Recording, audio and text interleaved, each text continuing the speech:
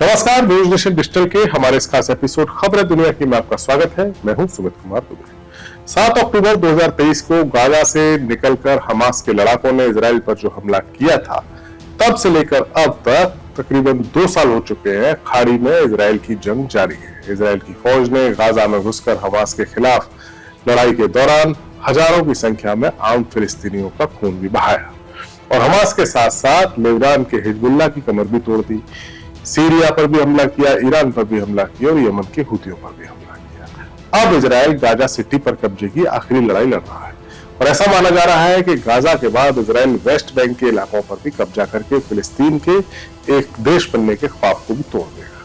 इसी बीच दुनिया के कई देश गाजा में इजरायली फौजों के हमलों को लेकर उसके खिलाफ है, लेकिन अमेरिका अब भी इजराइल के साथ है। अब अमेरिकी प्रेसिडेंट डोनाल्ड ट्रंप का दावा है कि उन्होंने मुस्लिम देशों के साथ मिलकर गाजा की जंग को खत्म करने का एक प्लान बना लिया है। ट्रंप ने शुक्रवार को कहा कि उन्हें लगता है गाजा में जारी जंग को रोकने के लिए अमेरिका एक समझौता कराने के बेहद करीब है। उन्होंने कहा कि इस समझौते के तहत बंधकों को वापस लाया जा सकेगा और जंग खत्म हो जाएगी। ट्रंप ने व्हाइट हाउस के लॉन में पत्रकारों से कहा कि मुझे लगता है कि गाजा पर हमारा समझौता करीब करीब तय हो गया है। हालांकि ट्रंप ने बार बार ये संकेत दिया है कि हमास के साथ इजराइल के युद्ध को रोकने के लिए समझौता जल्द होने वाला है, लेकिन अभी तक इसका कोई ठोस नतीजा नहीं निकला है। ट्रंप इससे पहले भी इस तरह के ऐलान कई बार कर चुके हैं। इजराइल ने हाल ही में गाजा सिटी पर कब्जा करने का अभियान शुरू किया और इजरायली फौज शहर के काफी अंदर तक घुस भी गई। इजराइल ने इसे हमास का आखिरी गढ़ बताया है। तकरीबन 2 साल से गाजा में जारी युद्ध के चलते अब तक 65,000 से ज्यादा फिलिस्तीनी लोगों की मौत हो चुकी है। इसी बीच इजरायली अभियान के खिलाफ दुनिया भर में आवाजें उठने लगी हैं। हाल के दिनों में ब्रिटेन, कनाडा, फ्रांस समेत कई देशों ने फिलिस्तीन को आजाद देश के तौर पर मान्यता देने का ऐलान किया, जो इजराइल के लिए एक बड़ा झटका है। हालांकि यूएन में अपने भाषण के दौरान, यूएन की जनरल असेंबली के अपने भाषण के दौरान इजरायली पीएम बेंजामिन नेतन्याहू बेहद सख्त नजर आए और उन्होंने साफ किया कि इस 2 स्टेट सॉल्यूशन की बात की जा रही है वो मुमकिन नहीं है। ज्यादातर मुल्कों का मानना है, भारत का भी मानना है कि समस्या का समाधान इजराइल के साथ साथ फिलिस्तीन को भी एक आजाद देश बनाना है, लेकिन इजराइल को ये कबूल नहीं है। यूएनजीए में अपनी स्पीच के दौरान नेतन्याहू ने बेहद सख्त तेवर दिखाए। उनकी स्पीच के दौरान एक और घटना हुई, हुआ ये कि इजराइल की फौज जो इस समय गाजा में है, उस फौज ने गाजा के लोगों के मोबाइल फोन छीन लिए और इलाकों में लगाए गए लाउड स्पीकरों के जरिए नेतन्याहू की स्पीच को जो यूएन में उन्होंने दी उसको प्रसारित किया। अपने संबोधन में नेतन्याहू ने वहां जो बंधक बनाए गए लोग हैं, जो हॉस्टेजेस जो हमास के कब्जे में, उन लोगों से सीधी बात की, ये जानते हुए कि ये आवाज उन तक पहुंच रही होगी, ऐसा कहा गया और हमास को चेतावनी दी कि बंधकों की रिहाई की जाए। बताया जा रहा है कि इजरायली फौज यानी आईडीएफ ने असामान्य अभियान था ये, जिसमें गाजा के निवासियों के फोन अपने कंट्रोल में लिए और नेतन्याहू का भाषण उनको सीधा सुनाया। एक तरह से उनके फोन पर इसको लाइव स्ट्रीम किया गया और इसके साथ ही आईडीएफ ने कई जगहों पर बड़े बड़े लाउड स्पीकर भी लगाए ताकि भाषण पूरे गाजा में सुनाया जा सके। अपने भाषण में नेतन्याहू ने 10 जीवित बचे बंधकों के नाम लिए, उन्हें संबोधित किया, उनसे कहा कि मैं कुछ ऐसा करना चाहता हूं जो मैंने पहले कभी नहीं किया। मैं इस मंच से इन बंधकों से लाउड स्पीकर के जरिए सीधी बात करूंगा। उन्होंने बताया कि गाजा के आसपास बड़े लाउड स्पीकर लगाए गए और वे पहले हिब्रू में और फिर अंग्रेजी में उन्होंने अपना भाषण दिया।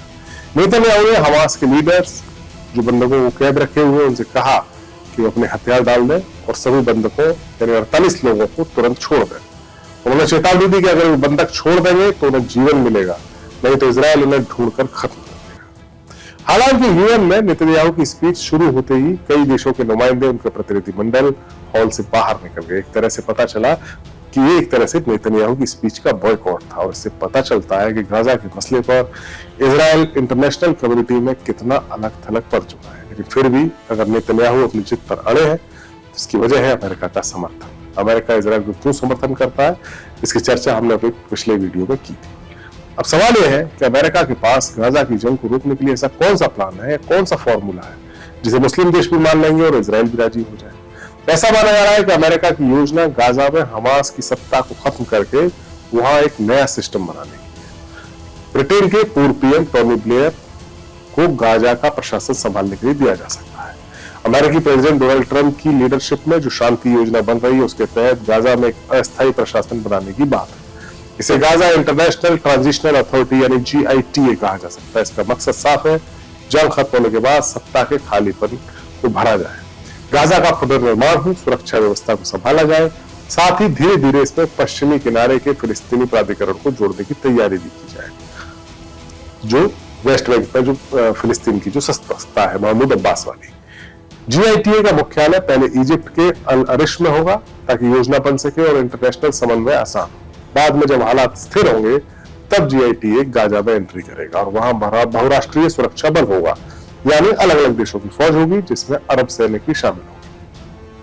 टॉनी ब्लेयर का रोल बहुत अहम है, वो बोर्ड के अध्यक्ष बन सकते हैं।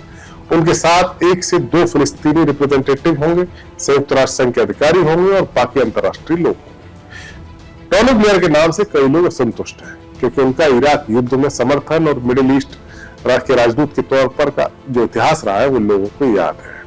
कुछ लोग उन्हें भरोसेमंद मानते हैं और कुछ लोग इनका सीधा विरोध करते हैं।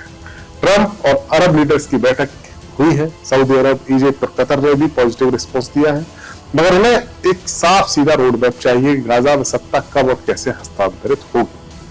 फिलिस्तीनी प्राधिकरण के महमूद अब्बास जो उनके चीफ है, राष्ट्रपति है, उन्होंने कहा है कि हमास का कोई रोल नहीं हुआ गाजा में और गाजा का शासन फिलिस्तीनी राज्य का हिस्सा है, वो इसकी जिम्मेदारी लेने के लिए तैयार है। इजराइल की स्थिति महत्वपूर्ण है। नेतन्याहू ने हमास को नष्ट करने का वादा किया है। उन्होंने जीआईटीए के साथ संरचनात्मक सहयोग का संकेत दिया है लेकिन सार्वजनिक समर्थन नहीं दिया है। हॉस्टेजेस का भी मुद्दा है। ट्रंप की योजना में स्थायी युद्ध विराम और बंधकों की रिहाई शामिल है।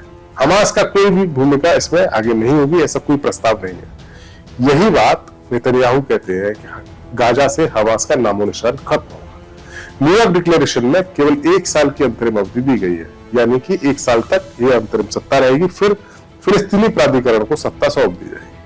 ट्रंप का प्लान लंबी अवधि के ट्रांजिशन पर जोर देता है, यानी एक तरह से कहा जाए तो ट्रंप ये चाहते हैं, उनका प्लान ये कहता है कि साल भर से भी ज्यादा वक्त भी लग सकता है टोनी ब्लेयर वाली जो जीआईटीए बनाई जाएगी वो सत्ता संभाले, यानी यहाँ पर थोड़ा सा कॉन्फ्लिक्ट है। एक तरह से अगर कह सकते हैं गाजा की जंग को रोकने के लिए ट्रंप की योजना भी फुल प्रूफ नहीं है। सवाल यह है कि आखिरकार गाजा का मसला फिर कैसे सुलझेगा और क्या कभी गाजा की जंग बंद होगी या नहीं। हमारा वीडियो आपको कैसा लगा कमेंट सेक्शन में जाइए और अपनी राय हमें जरूर दीजिए। नमस्कार।